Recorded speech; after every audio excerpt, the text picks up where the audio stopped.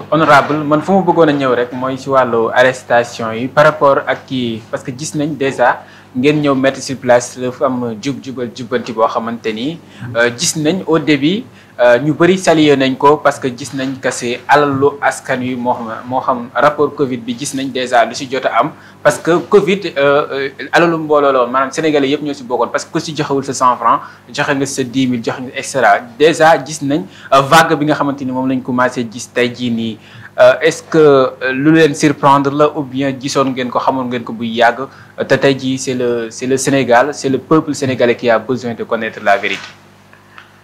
li ñuy commencé mooy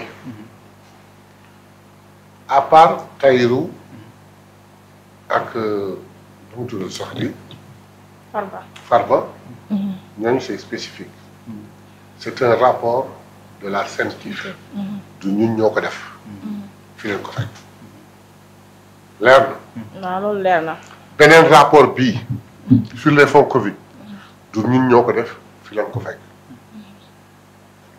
waaw xanaa du peuple bi ñooñu doon harcelé il y a même pas 2 mois 3 mois. mais juste dafa yéex. jërëjëf sunu alal bi lijjanti leen ko léegi nag nañ ñëw ci mbir mi acheminement bi peuple bi mettre la pression sur ñun les députés. oui seen affaire dafa yéex yéen da ngeen war a wax ak juge bi ministre de la justice dafa ñëw suba foog ngeen wax ak moom. acte 1. le ministre de la justice ñëw toog jotuma ci wax parce que dama fekk ñu wax ko pare sama moroomu député jóg ñaan ko imposé wu ko exigé wu ko te amul droit mu ni ko dama lay ñaan nga ñaan juge yi ñu gaawal seen tànk parce que peuple bi nee na affaire dafa yéex mooy acte 1 acte 2 le ministre tontu boo xam ni tey mën na dal xel mais dem boo ko déggee dafa mel na kuy yamale député yi seen place ne comptez pas sur moi pour mettre la pression sur les juges je les vois travailler je sais ce qu'ils font ils font un excellent travail et je suis fier d'eux mat na la koy doyee xam na séparation des pouvoirs mais tontu na acte 2 acte 3 le président de la République dugg dans la danse se souciant du peuple il est bien vrai que le temps de la justice n'est pas le temps de la politique mais il faut qu'il soit le temps du peuple pour qui un jugement est rendu yam foofu c'est l'acte 3 l'acte 4 le président le premier ministre ñëw à l'Assemblée nationale ni les gens disent que ni le peuple met la pression sur la justice c'est normal. Ils mettent la pression sur le président de la République. Ils mettent la pression sur le Premier ministre. Ils mettent la pression sur l'Assemblée nationale. Pourquoi de mettre la pression sur la justice? Justice, ñoom la fi nekkal ñoom lay rendre justice. C'est très normal. Ah, acte 4, acte 5, c'est l'acte huis clos actif. Les juges sans pression, comprenant que à la situation ak dafa xam il faut ñu génn et la loi nous le permet ñetti juge ànd na génn le procureur général le procureur de la République le procureur du pôle ñu toog doon ñoom ñett dans un langage serein clair calme contrairement aux autres juges yi daan génn boo xam ne ku ci génn buy wax da nga naan day restauration il n'est pas à l'aise mais ñii daal ñu wax ju leer nañ. nangu ko aussi tamit. man bi ma leen déggee ñu wax ni ils ont récupéré en 7 mois 25 milliards. non 15 milliards 15 milliards. J'ai dit wow. Ils ont récupéré en 3 jours 250 millions. Ils ont eu 236 comme 254. Je me suis dit tiens mais ñii ils travaillent. Et le peuple bi defoon la pression sur les comment ça se dit sur les députés est sorti par les réseaux sociaux en disant que dañu juumoon yéen a ngi liggéey maintenant il faudrait que ñu comprendre benn bis ñu leeral lépp am leer. Comparaison n'est pas raison. Mais imaginez pour des mêmes poursuites pour argent alal bu ñu luubal en 2012 2013 Karim Wade. Bi ñu ko toppee def commission rogatoire. Nous avons dépensé des milliards pour chercher des milliards et ne trouver aucun milliard. Nous avons dépensé pour chercher des milliards. Nous avons dépensé des milliards pour ne trouver aucun milliard. Ni pour chercher des milliards, n'ont dépensé aucun sou et ont trouvé 15 milliards. Paradoxe. Donc, ni lu ñale léegi nag dañuy dellu ci waxu Ousmane Sonko dañ koy moytu lu mu wax moom. Sonko. toll na ay jamono. nit ñi yàkkamtee mun leen rapport yi jot nañ ko ñu ngi koy xool ñu ngi koy seetaan. ñu ngi koy tëgg di ko defal loo xam bu ñu ko joxee juge bi du am benn problème. tey bi ñu ko joxee juge les juges n'ont aucun problème tout est clair. est-ce que woowagum na kenn mun def ko dara.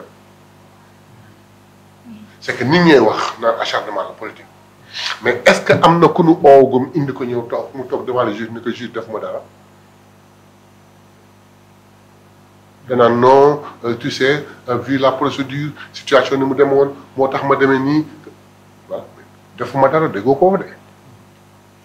ba pare li ci ëpp solo mooy rapport bii justice di exploité ñun ñoo ko defar fii lañ ko fekk. seen kilifa moo ci tegoon kuddam bosu Farba ak bosu ñii président Diomaye bi mu ñëwee ci jubal jubanti bu fëgg ko ba mu seet ëpp poussière bi jox ko ñu mu ko war a jox croiser les bras dem liggéeyam. en tout cas daal ñun dañoo sax dañuy dem sa des fois ba dañuy réer ci info ndax chaque jour boo xëyee. gis ku bees koo xamante ni tudd nañ la ci li nga xamante ni. dugg nag ma wax la. njabu gu sew bi ak yaabooy bi lañ nekk.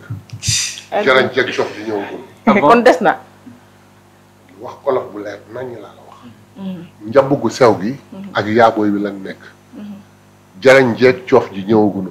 d'accord xanaa kon ki nga xamante ni. mais sa confrère Ousmane kii Touré. wax na ko. ñu ngi dem ci jarañ jeg coof ji. ndax cinq ministres yi nga xamante ni procureur signalé woon na ko. daf ci dégg kenn. bala mu may échappé. il faudrait que Sénégal xam ni man juriste du Sénégal dañ ma def problème. Comment? Je parle de Ismaïla Madior Fall. Un très grand juriste. Qui malheureusement Macky day suul ndaanaan Macky suul na ko ba amatul benn valeur Sénégal. Dans les enquêtes ñu tudd ko. juge bi lu tax ñu tudd ko dëgg la am du dëgg naka la ko mën a xamee lu dul okk mu ñëw wax ak moom. mais nee na mu jotul benn notification. xaaral. juge bi tudd nañu Ismaïla Madior Fall naka la koy xamee woo ko mais amul sañ-sañam loi may ko sañu ko convoqué sañu ko notifié yoonam newul ci moom parce que ancien ministre la te lii ñu koy tuumaal biñ ko koy tuumaal ministre la xam nga lu moom tudd nañ ko ci ma taxañ jox ministre de la justice ni ko kii de tudd nañ ko ci mais c'était un ministre dans l'exercice de ses fonctions yoon nee na haute cour de justice kese moo ci man kooku jël jox ko assemblée nationale lu muy gën di daw di tëb di wax nakaal assemblée nationale def mise en accusation bi ndegam dina jàll bu jàllee mu dem devant le procureur de la haute cour de justice éclairer affaire bi mu leer nañ kooku taxañ ko def noonu classé ko sans suite bu ko falaayiwul nag kooku kon ne procédure ba fay mucc manque dégg muy wax naan bu ñu arrêté wul seen yi li ma xam dafa bare man xam naa lépp il menace la justice il se trompe on va xoolal la justice va aller jusqu'au bout moo def dafay deful dinañ ko setal ba mu set wecc nee na Aïssata Tall va témoigner ci li nga xamante ku mën na teem xam nga yooyu yëpp du ko jaroon def émission lan moo ko teemu ni tekk ba ki ko mën a woo te sañ ko woo ko bu demee mu yóbbu ay argument yu solide génn ci. mais li mu wax noonu tamit xawul maanaam tiital nii parce que nee na li mu xam bari na selon ses informations ak ay sources am nee na li mu xam ci mbir mi dafa bari. na trop wax te bis bu ñu ko jàppee moom. waaw il va prendre le na temps wax de lépp tout parler. ñun sama lu nu wootee jub jubal jubanti lu mu xam na ko wax. te nee na corruption bi rek instant bi ci la ñuy wax mais. ci li nga nga xam ne lu mu xam na ko wax. mais te lu mu wax nañ ko vérifier buy dëgg conséquences yëpp na taxaw. mais attention honorable n'oublions pas que moom il a été ancien garde des Sceaux. aussi te aussi am na aussi d'ailleurs tout à l'heure yaa ngi saluer profilam ak aussi li nga xam si jot na ko def. est-ce que tey jii amul raison d'une part lu tax mu jénn naan am na lu mu xam quoi. loolu dafa menacé il est ancien garde des Sceaux. il y en a d'autres il y en a d'autres. ce qu'il sait il gère la justice s'il sait des choses c'est dans la justice qu'il le dise ñu réformer la justice daf ñuy dimbali dans la réforme de la justice mais su ma doon moom du ma menacer la justice mais affaire bi lan la lu jar daw bay daanu lu jar di yóoxu ñu ni suñu enquête tudd nañ la mais man mi enquête aw ma darajay woo la ndax ndomb gi la yàlla may waaye bëgg naa xam sa version pour ma xam fa fii laa mën a jaar ma jaar fa ma mën a jaar pour kooku ñëw ñu woo la boo demee doo yóbbu say argument wax ko rek mu leer naa ñu gën ñibbi bu la neexee sax booy dem commandeel mbaxal sa kër boo demee wax ak ñoom ba pare lekk sa mbaxal nag sa ataay tëdd nelaw. mais li mu wax tamit nee na ci li nga xamante ni moom moo ñeel corruption ñëwaguñ ci bracelet électronique yi nga xamante ni nee na tuddaguñ ko mais mu xam na ni ñu ngi koy wax ci suuf parce que là ces informations que ni la vérité sur la corruption présumée on m'a offert 50 millions ak da koo désister. xam nga bracelet da koo décliner. bracelet électronique yooyu mu wax. waaw témoin boobu mu wax. waaw ñu ngi ko cay tudd. parce que nee na ñooy ay information dama for ci wewu bëy. information bi jàll fa comme quoi beau frère am xaw ma beau fils am xaw ma doomam lan ko jox. dana leer. waaw loolu de la wax.